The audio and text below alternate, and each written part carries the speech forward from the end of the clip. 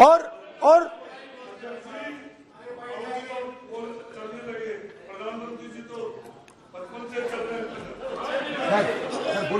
वो चाय बेचने इसलिए जाते थे। तो यात्रा बोलने लगी। कोई आता था, कहता था, युवक आता था, कहता था मैं बेरोजगार हूं।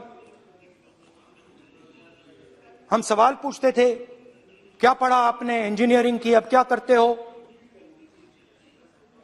कोई कहता था मैं बेरोजगार हूं, कोई कहता था मैं उबर चलाता हूं, कोई कहता था मैं मजदूरी करता हूं। किसान आए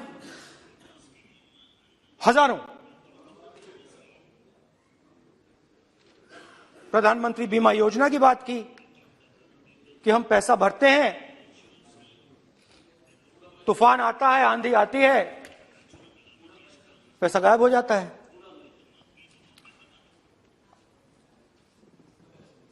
किसानों ने यह भी कहा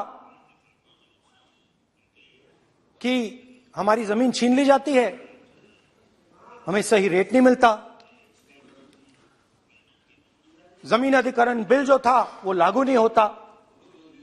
आदिवासियों ने कहा, वनवासियों ने नहीं, आदिवासियों ने, कि जो ट्राइबल बिल में हमें दिया जाता था वो आज छीना जा रहा है। तो बहुत सारी चीजें हमको सुनने को मिली, मगर मेन थ्रस्ट अगर मैं कहूं, मेन थ्रस्ट बेरोजगारी, महंगाई और किसान। उसमें एमएसपी थी, उसमें बीज की समस्या थी, किसान बिल की समस्या थी। अच्छा, अग्निवीर की भी बात की लोगों ने। आपने अभी बोला कि अग्निवीर देश को फायदा पहुंचाएगा, मगर हिंदुस्तान का युवा जो 4 बजे दौड़ता है, आर्मी में भर्ती होने के लिए दौड़ता है, वो आपकी बात से सहमत नहीं है। उनने हमसे कहा कि पहले हमें 15 साल की सर्विस मिलती थी, पेंशन मिलती थी, अब 4 साल के बाद हमें निकाल दिया जाएगा, कुछ नहीं मिलेगा, पेंशन नहीं मिलेगी। सीनियर ऑफिसर्स ने कहा कि हमें तो लगता है कि ये जो अग्निवीर योजना है ये आर्मी के अंदर से नहीं आई, ये कहीं और से आई है, ये आरएसएस से आई है, होम मिनिस्ट्री से आई है। ये सीनियर आर्मी के लोगों ने कहा है, मैं नहीं कह रहा हूं, कि हमें लगता है कि ये आर्मी के ऊपर ये योजना थोपी गई है और ये आर्मी को कमजोर करेगी। आर्मी के जनरल्स ने हमें कहा, जो रिटायर्ड हैं, उन्होंने हमें कहा, राहुल जी, हजारों लोगों को हम हथियार की ट्रेनिंग दे रहे हैं और फिर थोड़ी देर बाद उनको समाज में डाल रहे हैं। बेरोजगारी है, समाज में हिंसा बढ़ेगी।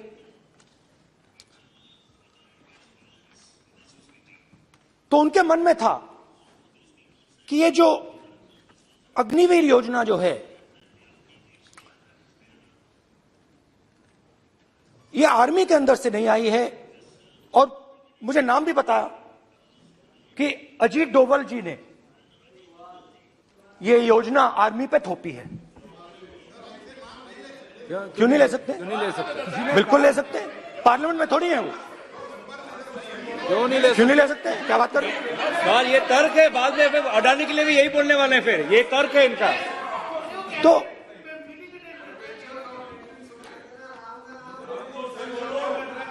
इंटरेस्टिंग बात यह है कि मैंने फिर प्रेसिडेंट्स एड्रेस पढ़ा। देश के सब युवा अग्निवीर अग्निवीर अग्निवीर अग्निवीर बोल रहे हैं, कह रहे हैं कि ये आर्मी के ऊपर थोपा गया है, हमें नहीं चाहिए। आर्मी के लोग कह रहे हैं हमें नहीं चाहिए। जैसे मैंने कहा, आर्मी को लगता है कि होम मिनिस्ट्री ने इनके ऊपर थोपा है, आरएसएस ने ये उनके ऊपर थोपा है। तो ये आवाजें आ रही हैं। अब मैंने आपका बैठिए, अब बैठिए, कौन सा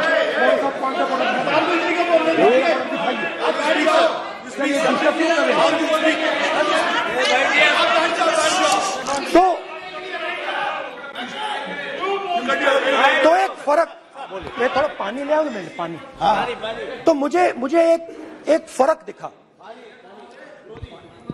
प्रेसिडेंट्स एड्रेस में बहुत सारी चीजें बोली गई। अग्निवीर के लिए एक लाइन थी, एक शब्द, एक बार अग्निवीर शब्द का प्रयोग किया गया और वो भी अग्निवीर योजना हमने दी, उससे ज्यादा कुछ नहीं बोला। कहां से आई, कौन लाया, किसको फायदा होगा, ये नहीं बोला। बेरोजगारी शब्द ही नहीं था उसमें। आपने देखा होगा बेरोजगारी शब्द ही नहीं था प्रेसिडेंट एड्रेस में। महंगाई शब्द ही नहीं था। तो जो यात्रा में हमें सुनने को मिला, अग्निवीर, महंगाई, किसान, बेरोजगारी, प्रेसिडेंट एड्रेस में था ही नहीं। तो ये मुझे थोड़ा अजीब लगा कि जनता कुछ कह रही है और प्रेसिडेंट एड्रेस में कुछ और सुनाई दे रहा है। अच्छा, एक और चीज हमें बताई गई। तमिलनाडु से लेकर केरला, महाराष्ट्र, मध्य प्रदेश, सब जगह एक नाम सब जगह हमें सुनने को मिला, अदानी। यह नाम पूरे हिंदुस्तान में, केरल में, तमिलनाडु में, महाराष्ट्र, कर्नाटका, हिमाचल, कश्मीर, सब जगह अदानी अदानी अदानी अदानी अदानी।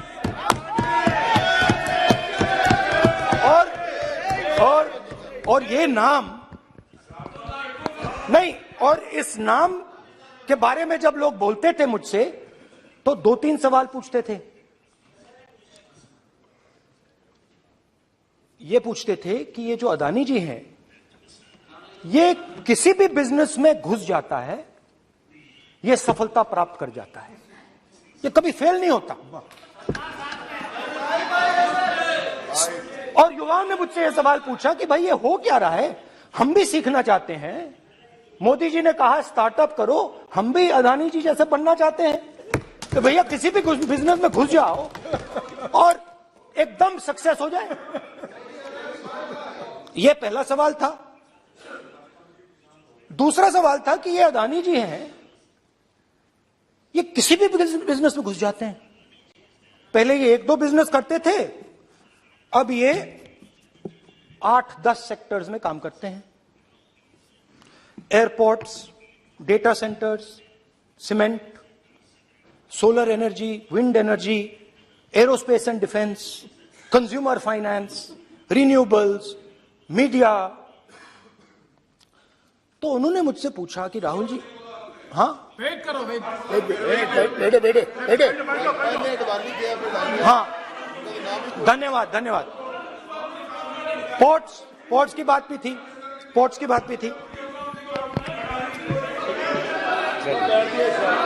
ये भी सवाल पूछा कि भैया एक बात बताइए, राहुल जी बताइए हमें कि अदानी जी का जो नेटवर्थ है वो 3 साल के अंदर, 2014 से लेकर 2022 तक ये $8 बिलियन से $140 बिलियन कैसे हो गया? कैसे हुआ?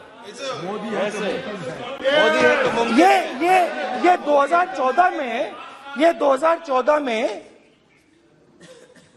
अगर आप दुनिया की, मुस्कुरा रहे हैं आप, बीजेपी में है ना आप, तो ये लिस्ट आती है, एक लिस्ट आती है दुनिया के सबसे अमीर लोगों की। इस पे ये 609 नंबर पे थे 14 में। 609 पीछे बिल्कुल। पता नहीं जादू हुआ, दूसरे नंबर पे पहुंच गए। मोदी है तो मुमकिन है।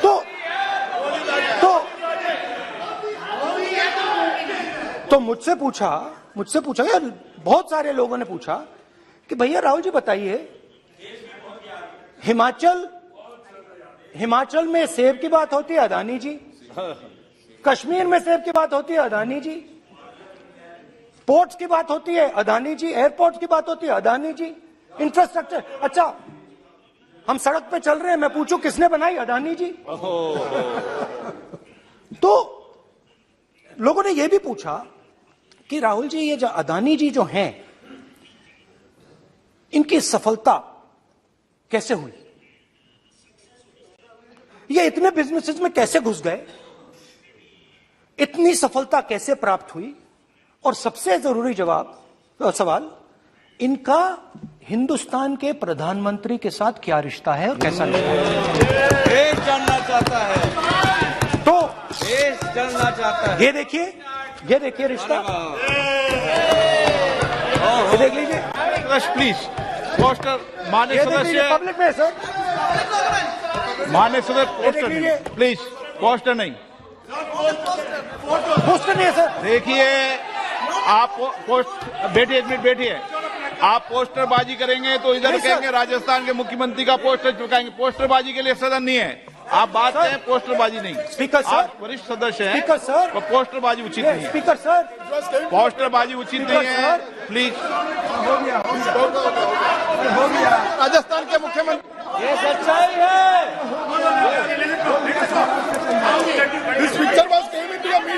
चलिए पोस्टर नहीं, प्लीज। वो लिख दे दो मुझे। हाँ, जस्ट राइट इट नीटली। तो नहीं स्पीकर सर, वो फोटो है सर, वो पोस्टर नहीं है। आप वरिष्ठ सदस्य हैं, प्राइम मिनिस्टर की फोटो है सर, उसमें नियम में बहुत नहीं, उनका अच्छा चेहरा सदन ने दिख नियम रहा है। बनाया है। उनके वहां पे उनके पीछे अदानी का लोगो है, अदानी जी के हवाई जहाज में घुस रहे हैं। तो मैंने सोचा कि आज के प्रेसिडेंट्स एड्रेस में मैं थोड़ा जो नरेंद्र मोदी जी का और अदानी जी का रिश्ता है उसके बारे में आपको थोड़ा बता देता हूं। प्लीज प्लीज बताइए। तो वो आप बता देना।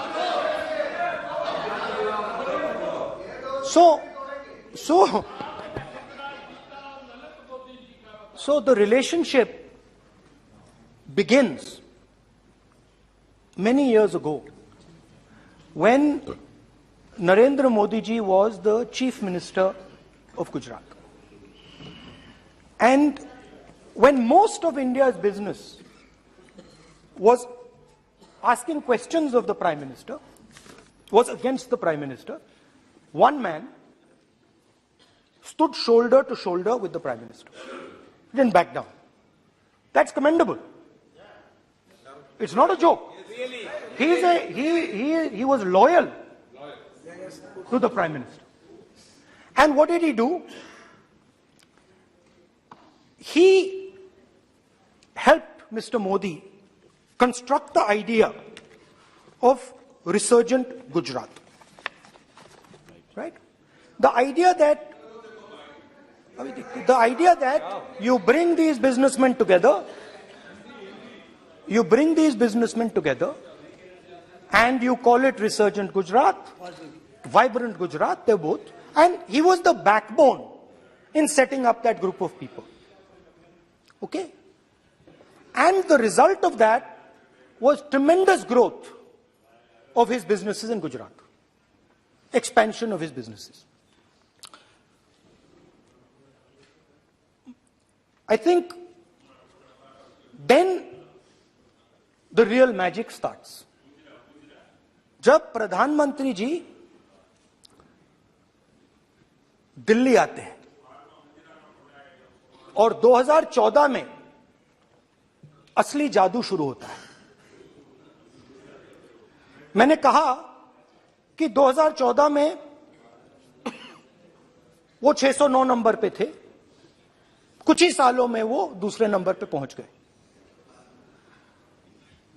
कैसे पहुंचे? मैं आपको, बहुत सारी इंडस्ट्रीज में काम करते हैं, मैं आपको 2-3 इंडस्ट्रीज का उदाहरण दे देता हूं।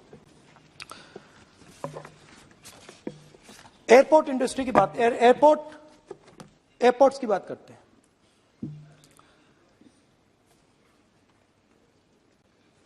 कुछ साल पहले सरकार ने हिंदुस्तान के एयरपोर्ट्स को डेवलप करने के लिए दिया। नियम था, there was a rule that anybody who does not have prior experience in airports cannot be involved in development of these airports. नहीं, गलत नहीं बोल रहा हूं।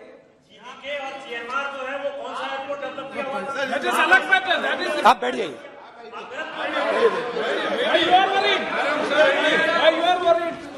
अडानी के डिफेंस में आ गए सर। देखिए, अरे माननीय सदस्य प्लीज मेरी बात सुनो। तो 1 मिनट मेरी बात सुनो। ये एक मिनट बात सुनेंगे। ये संसद है, अपन किस दिशा पर चर्चा कर रहे हैं ये देश देख रहा है। हमें राष्ट्रपति अभिभाषण पर चर्चा करें तो उचित रहे, बाकी आपकी इच्छा है, स्वतंत्र अभिव्यक्ति है। मेरा मानना ये है तो अपन एक विषय पर ओके तो आपको तो रूल था, नियम था। हाँ, पॉइंट ऑफ ऑर्डर किस पे है ये? सर कैसे एयरपोर्ट का प्राइवेटाइजेशन तो उनके समय हुआ, ऐसी कोई पार्टी थी जिसका अनुभव था? ये कौन सी बात कर रहे हैं? ओके बोलिए। ओके प्लीज ओके बोलने दे आपको नेता को, तो बोलने दे आपको नेता को। रूल था, प्लीज बोलने दे। रूल था कि अगर कोई एयरपोर्ट बिजनेस में नहीं था तो वो इन एयरपोर्ट्स को ले नहीं सकता था। इस रूल को हिंदुस्तान की सरकार ने बदला। किसी ने भी बनाया हो रूल था, किसी ने भी बनाया हो रूल था। रूल बनाया किसने बात नहीं है, रूल बदला किसने बात है। रूल बदला गया, किसने किया है?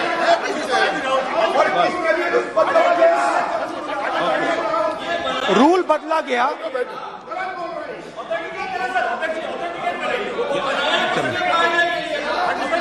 सर पार्लियामेंट्री अफेयर्स चलता रहेगा क्या सर? आप पार्लियामेंट्री अफेयर्स मिनिस्टर से रूल को बदला गया। सर बोलने दीजिए। करना चाहिए सर, ऑथेंटिकेट करना चाहिए।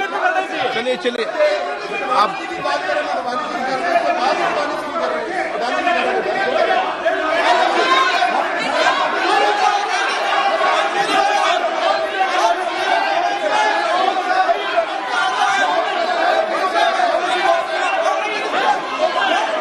रूल बदला गया सर, ठीक है सर।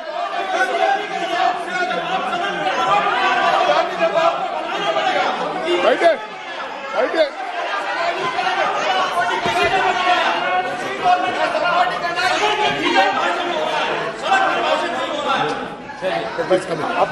तो ये रूल बदला गया।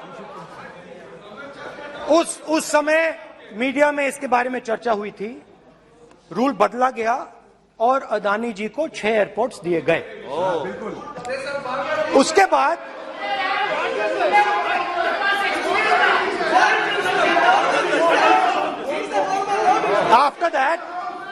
after that India's most strategic profitable airport, Mumbai Airport, was taken away by GVK, hijacked by using the agencies. The agencies को CBI, ED का प्रयोग कर GVK पर दबाव डालकर हिंदुस्तान की सरकार ने उस एयरपोर्ट को अदानी जी के हाथों में कर दिया। सच है। रिजल्ट क्या आया? रिजल्ट आया कि एयरपोर्ट्स में आज अदानी जी 24% हिंदुस्तान की एयर ट्रैफिक को अपने एयरपोर्ट से निकालते हैं और 31% एयर फ्रेट उनके एयरपोर्ट्स में से निकलता है। अब यह काम हिंदुस्तान की सरकार और हिंदुस्तान के प्रधानमंत्री जी ने फैसिलिटेट किया।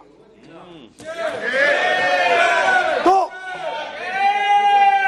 बताइए, बोलिए वित्त मंत्री, विधि मंत्री। और ये जो सर ये हाउस में सर ये बोल रहे हैं, तुम तो ज्ञान बांट रहे हो, बैठ जाओ। सर ये यहाँ बहुत गंभीर मिनिस्टर हैं ये देश ये राष्ट्रपति का उद्बोधन को लेकर एक गंभीर चर्चा हो रही है। जो भी मेंबर कुछ भी बात करे विद फुल रिस्पॉन्सिबिलिटी ऑथेंटिकेट करें। और ये वाइल्ड एलिगेशन अपना एक सोच के आया है, बिना तर्क के ऐसे वाइल्ड एलिगेशन लगा रहे हैं, ये कोई मतलब नहीं है सर, ये ऐसे नहीं बोल सकते और वो सर तर्क रखना पड़ेगा। अगर एलिगेशन लगा रहे हैं तो आपको पूरा डॉक्यूमेंट प्रूफ के साथ आपको रखना पड़ेगा। दे देंगे आप ऐसे बातें नहीं दे देंगे और ये गंभीरता को समझिए, ये डॉक्यूमेंट्री प्रूफ दे देंगे। अब आपने जो पिछले स्पीकर थे उन्होंने फॉरेन पॉलिसी की बात की, हम भी फॉरेन पॉलिसी की बात करते हैं।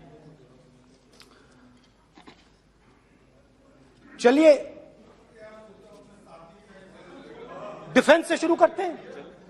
बहुत ऑप्शंस है, आप बताइए कहां से शुरू करें। बिजली, डिफेंस, कोयला, बहुत ऑप्शंस है। Defence, let us start with defence. अब डिफेंस में अदानी जी का कोई एक्सपीरियंस नहीं था, जीरो एक्सपीरियंस। कल मैंने प्रधानमंत्री को एचएएल में देखा। प्रधानमंत्री जी ने कहा कि गलत आरोप लगाया, मगर रियलिटी तो यह है कि एचएएल का जो कॉन्ट्रैक्ट था 126 हवाई जहाजों का, वो अनिल अंबानी को चला गया और अनिल अंबानी बैंकरप्ट हो गया। वहां भी फैसिलिटेशन था। अब देखिए, और ये जो फ्यूचर एंटरप्रेन्योर्स हैं, जो बिजनेस स्कूल हैं, हार्वर्ड यूनिवर्सिटी जैसे स्कूल हैं, इनको इसका केस स्टडी, इसकी केस स्टडी बनानी चाहिए, शायद बने।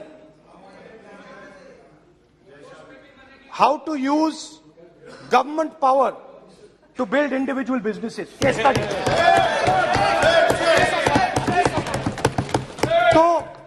तो अब देखिए, अदानी जी की डिफेंस में इंटरेस्ट देखिए।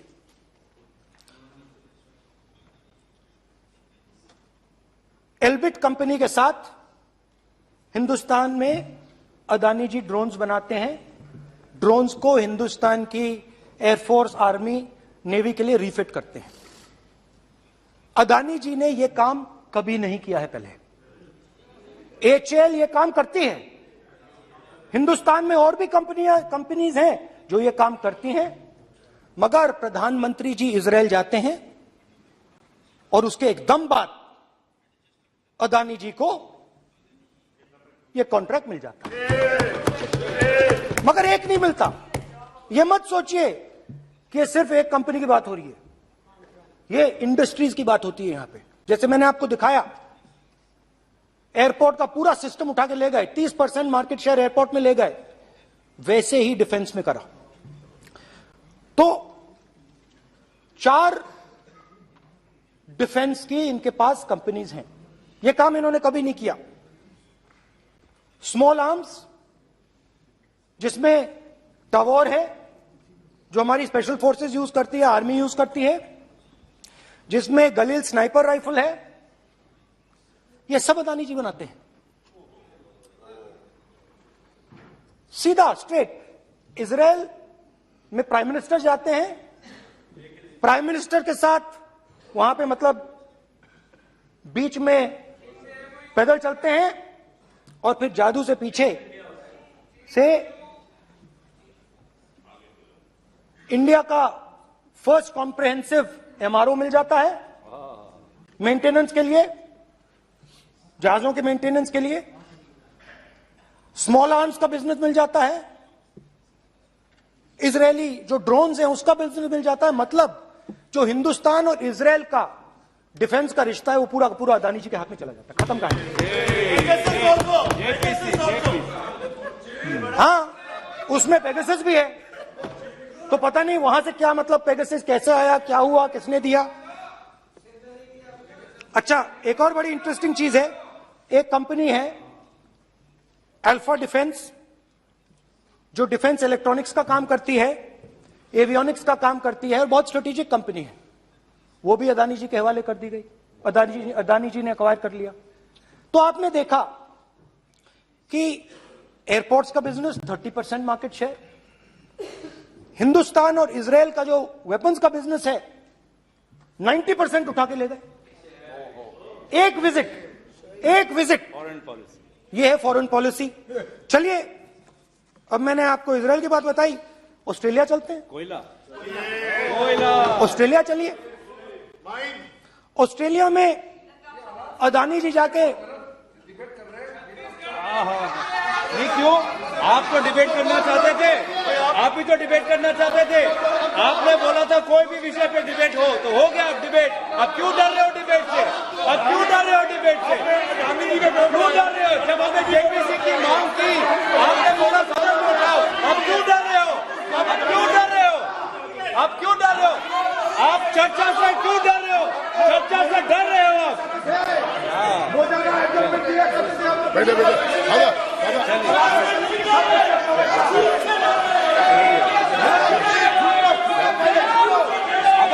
अब सुनना पड़ेगा, अब सुनना पड़ेगा, अब सुनना पड़ेगा। ऑस्ट्रेलिया जाते हैं, प्रधानमंत्री ऑस्ट्रेलिया जाते हैं।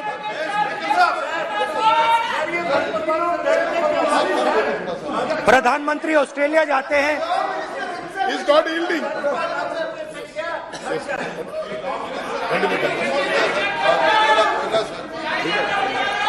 ऑस्ट्रेलिया जाते हैं। कैब नंबर बताएं। 369। Not allowed. Not yielding.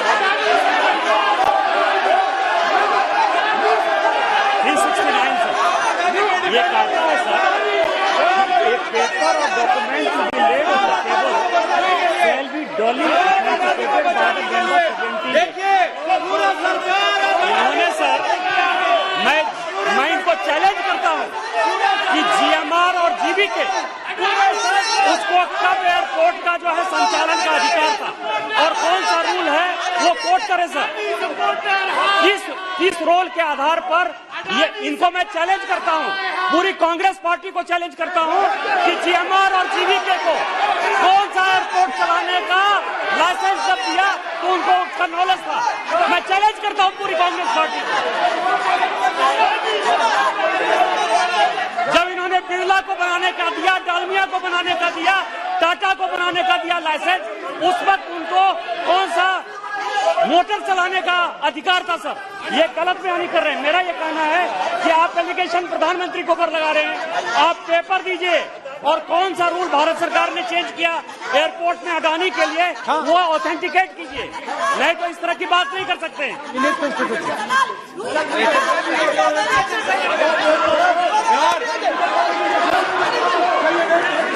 करना पड़ेगा, ऑथेंटिकेट करना पड़ेगा। राहुल गांधी जी, आपको ऑथेंटिकेट करना पड़ेगा। आप ऐसा नहीं बोल सकते हवा में, आप हवा में बोल रहे हो और प्रधानमंत्री जी पे आरोप लगा रहे हो। आपको ऑथेंटिकेट करना ही पड़ेगा। आप ऐसे ही बोल रहे हो कि जीएमआर का, जीवीके का समय रूल था, कहा था रूल? कोई रूल नहीं था। आपको यह तो ऑथेंटिकेट, और ऑथेंटिकेट करके ही रखना पड़ेगा आपको। पहले रखिए और उसके बाद आगे बात करने देंगे, नहीं तो माफी मांगिए देश से। आप प्रधानमंत्री जी पर आरोप लगा रहे हैं, सर बोलने दीजिए। अनाप शनाप आरोप लगा रहे हैं, बिना किसी डॉक्यूमेंट के आरोप लगा रहे हैं प्रधानमंत्री जी पे। रूल 353 सर, रूल 353 किया है sir, no allegation of defamatory और incriminatory nature shall be made unless you have given notice. छोड़िए, वो तो प्रधानमंत्री के खिलाफ एलिगेशन लगा रहे हैं बिना नोटिस दिए, बिना कोई डॉक्यूमेंट दिए। सर ये रिकॉर्ड पर नहीं जाना चाहिए सर, ये बिल्कुल रूल का उल्लंघन है। और क्या क्या बातें वो कह रहे हैं सर, मैं उसको रिपीट नहीं करना। Reckless allegation, baseless allegation, in violation of rules, sir ये स्वीकार नहीं होना चाहिए।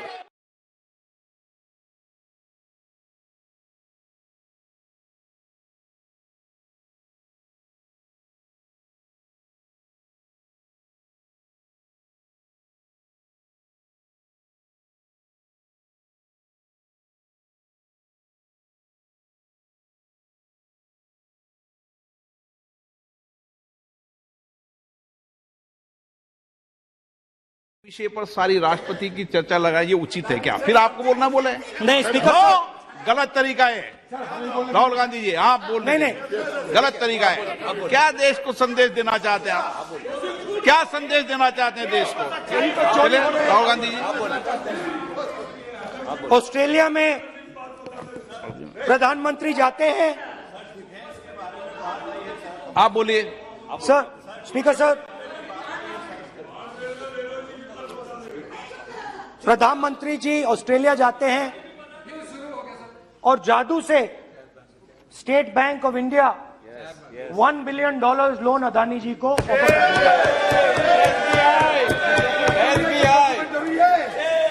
सर इसका भी डॉक्यूमेंट जरूरी है क्या, बताओ। मोदी जी आपका सरकार की बात है। Sadyr please.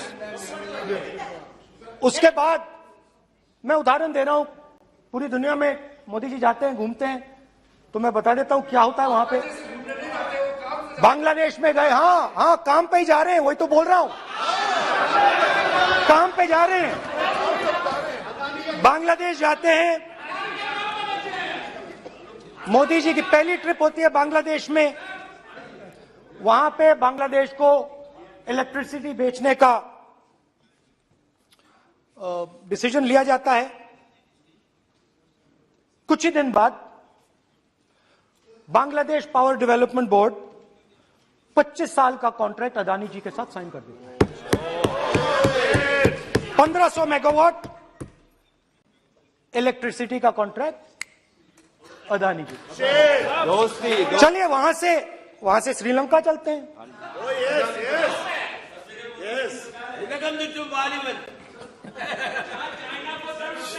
जून 2022 में Chairman of Sri Lanka's Ceylon Electricity Board, MMC Fernando, informed a parliamentary committee in Sri Lanka in open hearing that he was told by President Rajapaksa that PM Modi pressured him to give the wind power project directly to Mr. Adani.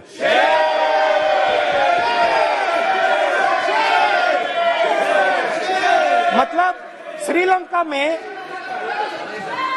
Sri Lanka electricity board के chairman कहते हैं कि उन्होंने राजापाक्सा जी ने कहा कि हिंदुस्तान के प्रधानमंत्री ने उनको कहा है कि ये विंड पावर का प्रोजेक्ट है, ये अदानी जी को देना है। तो ये रही आपकी फॉरेन पॉलिसी। ये हिंदुस्तान की फॉरेन पॉलिसी नहीं है, ये अदानी जी की फॉरेन पॉलिसी है, उनके बिजनेसेस बनाने की फॉरेन पॉलिसी है। अब यात्रा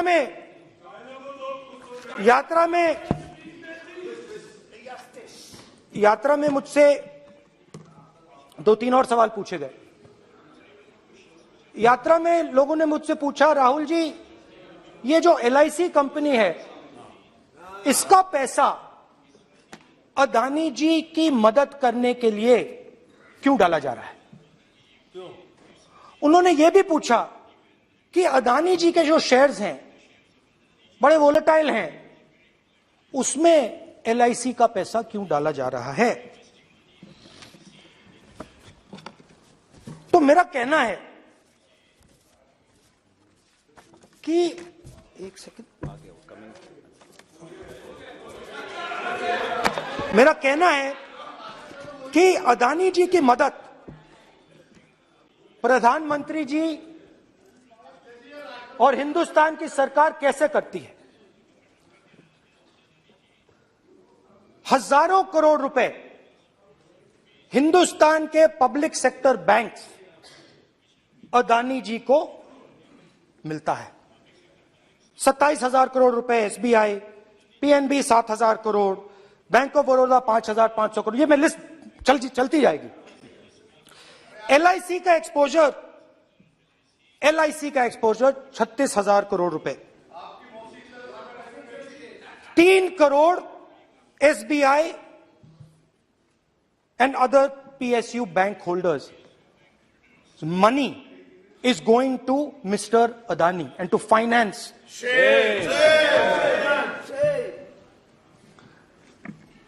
Now, of course, there is another question. तो मदद कैसे हो रही है? हिंदुस्तान के पब्लिक सेक्टर बैंक्स का पैसा, एलआईसी का पैसा नरेंद्र मोदी जी, अदानी जी को दिया जा रहा है। अगर कोई सामने खड़ा हो जाता है, जैसे जीवी के लोग खड़े हुए, ईडी, सीबीआई एजेंसीज आ जाती हैं, उनको परे कर देती हैं। तेलंगाना में भी एक पोर्ट का उदाहरण था, मगर मेन सवाल और सबसे इंटरेस्टिंग सवाल दूसरा है। कुछ दिन पहले ये हिंडनबर्ग रिपोर्ट आई, उसमें लिखा था कि अदानी जी की हिंदुस्तान के बाहर शेल कंपनीज हैं। ये जो शेल कंपनीज हैं, सबसे पहला सवाल है, ये हैं किसकी? ये किसकी है मॉरिशस में जो शेल कंपनीज हैं? और ये जो हजारों करोड़ रुपया ये शेल कंपनीज हिंदुस्तान में भेज रही हैं, ये किसका पैसा है? और क्या ये काम अदानी जी फ्री में कर रहे हैं? अब मैं ये सवाल क्यों पूछ रहा हूं? क्योंकि अदानी जी स्ट्रेटेजिक बिजनेसेस में काम करते हैं। अदानी जी हिंदुस्तान के पोर्ट्स को डोमिनेट करते हैं। अदानी जी हिंदुस्तान के एयरपोर्ट्स को डोमिनेट करते हैं। और जैसे मैंने कहा, अदानी जी हिंदुस्तान की डिफेंस इंडस्ट्री में बहुत जरूरी रोल प्ले करते हैं। तो मेरा पहला एक छोटा सा सवाल है कि जो शेल कंपनीज हैं, इनके बारे में हिंदुस्तान की सरकार ने कोई सवाल नहीं उठाए? ये कौन लोग हैं? ये किनकी कंपनीज हैं?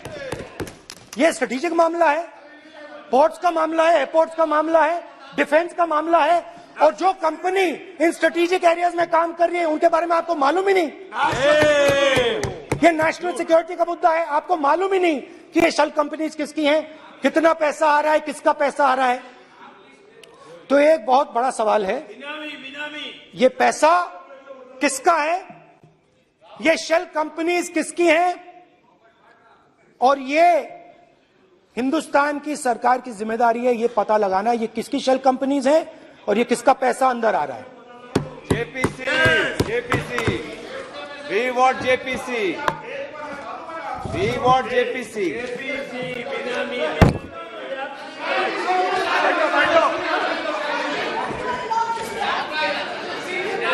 अच्छा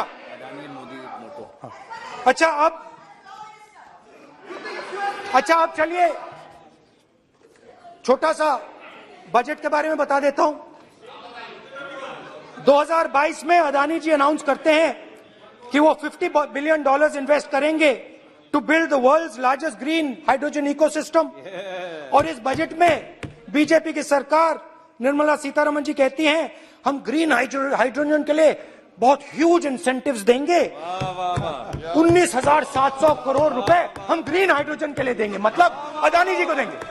जुगलबंदी बजट में अदानी जी के लिए 50 नए airport, coastal shipping, horticulture, grain storage, ये सब काम आप कर रहे हैं।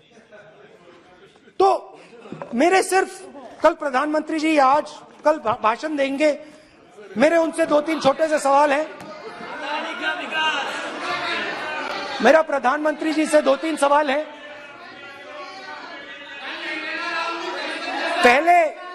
पहले अदानी जी के हवाई जहाज में मोदी जी जाते थे, अब मोदी जी के हवाई जहाज में अदानी जी जाते हैं। पहले लोकल मामला था, फिर नेशनल मामला हो गया, उसके बाद इंटरनेशनल मामला हो गया। अदानी जी के लिए बोरिस जॉनसन का बेटा काम करता है, आपको पता नहीं मालूम है या नहीं मालूम? भाई सॉरी,